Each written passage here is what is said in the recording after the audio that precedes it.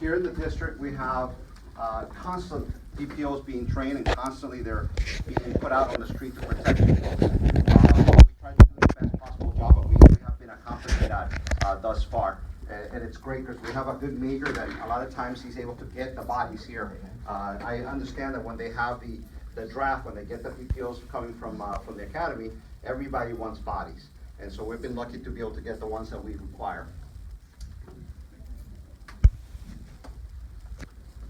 The FTO uses standardized systematic approach documenting measuring performance. What that means is that what we do is we document everything the PPO does on a daily basis.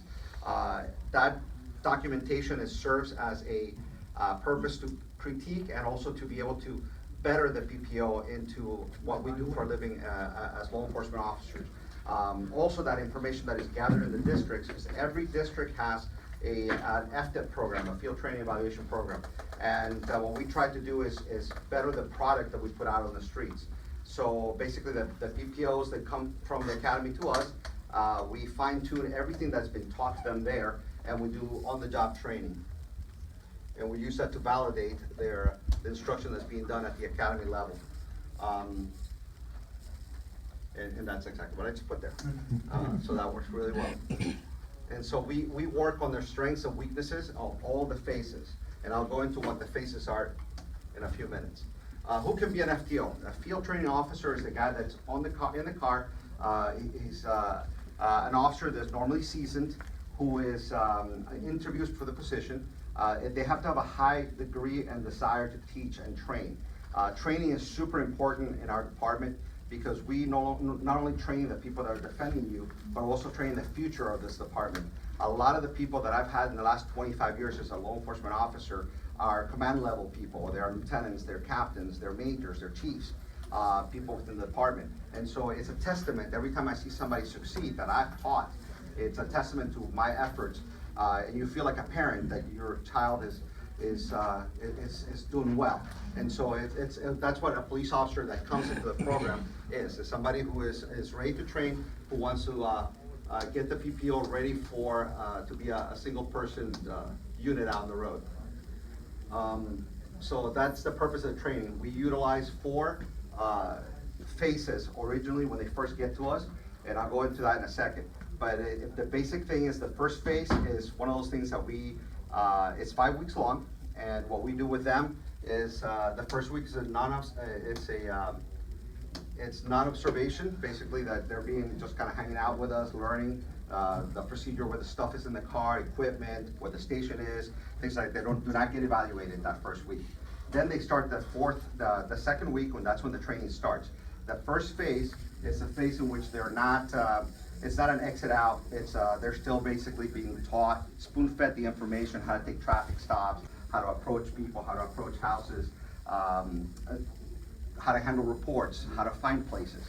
It's also very important because we don't use GPS and when they're training, because we want them to be able to find your address without technology, because God forbid one of those days technology fails and these guys can't find their location where they need to be. So it's important that we critique them and that we evaluate them on directions, how to find places, and so on. And one of the important places is how to find the station.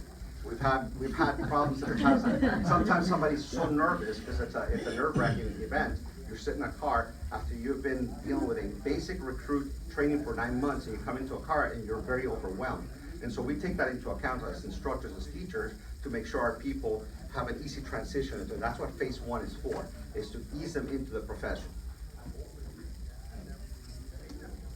Phase 2, they're expected to already be able to use basic radio transmissions and comprehension. They should be able to write reports on their own, basic reports.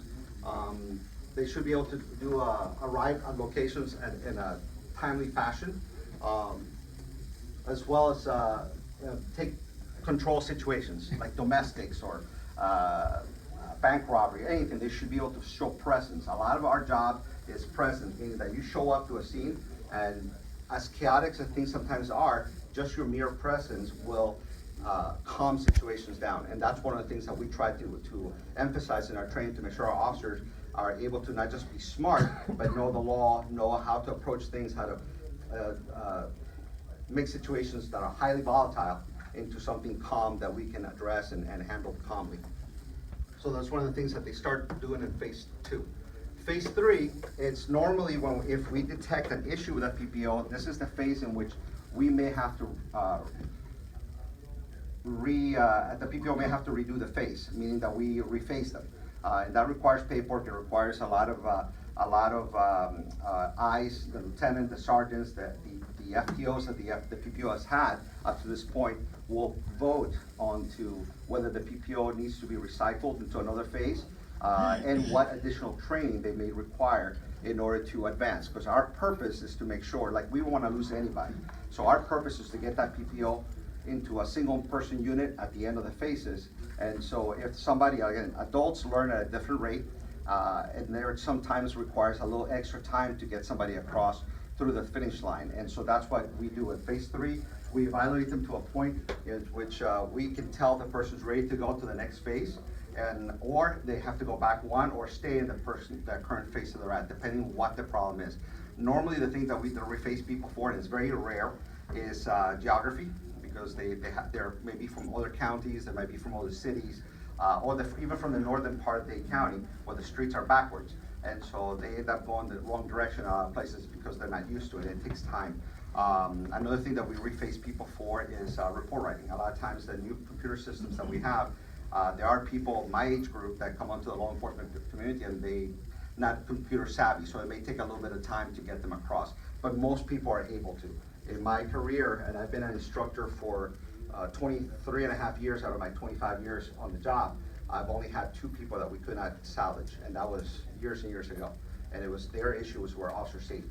Officer safety is very important because we don't want to get hurt out there. We don't want you guys getting hurt either. So it's something that we really harp on. But that's phase 3 in a nutshell. Phase 4 is it's an evaluation. It's a testing phase. Basically, phase 4, the first 2 weeks, they ride with an instructor, but the instructor is basically a fly on the wall, meaning that the PPO has to act, react, and be able to function as a single person unit.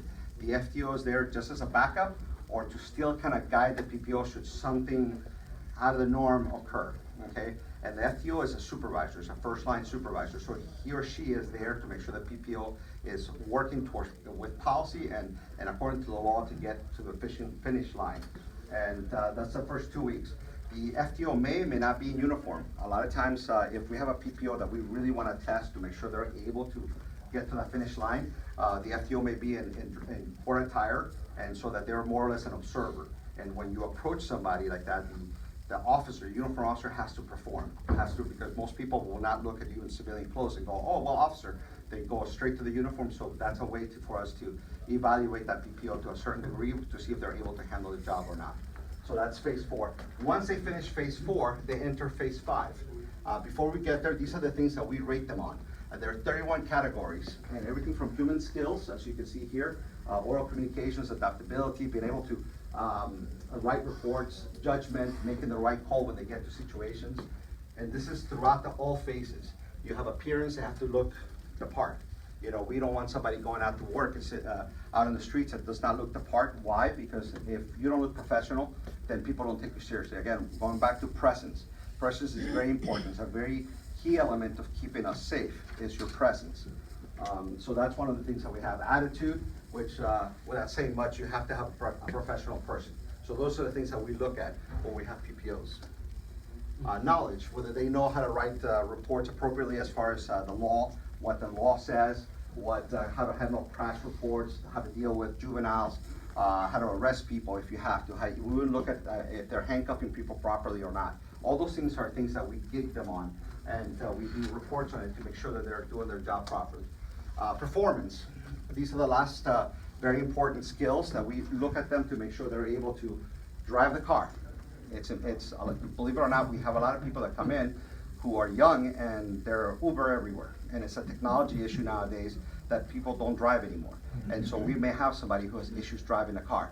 And much more when you add the additional stress of the sirens and the running code somewhere that can cause you to even have even more stress. And the ability to drive is something that we are very, very concerned to make sure that they're able to move on to the next phase and they can drive safely and not hurt themselves or others. District geography, like I said, is very important to know where you're going and how to get there on a timely basis. reports, we write a lot of reports here. Most police officers, most civilians think that law enforcement is all action and saving the day, like these two fine ladies that we had earlier. A lot of times our downtime is a lot of report writing. You know, we write a lot of papers. So that it's important that they know how to do that. Whether they're able to self-initiate activity. Part of law enforcement, one of the things that we do the best job at deterring crime is being visible and being active. If you're an active law enforcement officer, that's one of the things that we get them on and we check on them.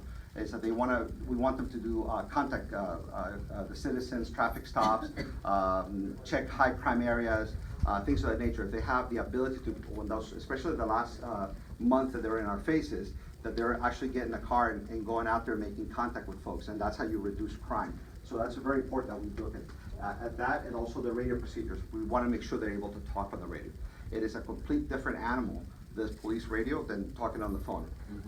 Like you have to listen to codes, you have to listen to your radio number, all those things come into play, because if you need help, you need to be able to articulate properly how to get that help. If not, bad things can happen. So that's important that we look at that. Phase 5 is the favorite phase with PPO, because once they get finished phase 5, they can start working off-duty jobs. And so they're super happy to be able to do that at this point. Normally it's 8 weeks long, and the FTO no longer is in the car. The PPO is no longer with an FTO squad, meaning that they go to a regular squad, a regular sergeant, and that sergeant is super important in the process that we have, because that sergeant gets to judge that PPO how they operate on their own for the first time in a car by themselves for extended periods of time. So it's very important, these phases. This is one of the phases that we really look at to make sure that PPO, the product, is good to go. There are rare instances when we find somebody here that on this phase that we have to rephase back. It's very rare, and it does occur, and again, adults learn at a different pace. Sometimes they are able to, years ago we had a lot of PPOs go through the process. We were tasked with training a lot of people at once, and some of them kind of were mediocre at some point, so they were brought back into the system to put them back to acceptable levels. So our product, and I've taken pride in that my products, the PPOs that we service and we train here in this district, are the very top, the tip of the spear, like the Major likes to say, and I take pride in the fact that they are. The last transfer list that they had out of this district, 13 of these kids got to go places because they were the tip of the spear and everybody wants them. And so that makes me proud. The people that work in this district are exceptionally professional. And so you guys should be very, very happy to have them. And we're doing our best to make them the very best that they are. Phase 6 is the finish line. This is where the kids get to see the finish line. They are in no longer being evaluated weeklies. Now this is a regular monthly evaluation. They interact with their peers more in a more relaxed setting. They're still PPOs, but they feel like they're top of the world because they're able to do things. They're a single person unit, basically. They're able to do a lot more than they were before, where they had somebody watch them at all times. So it's a great phase to be in. Any questions? Yes, ma'am.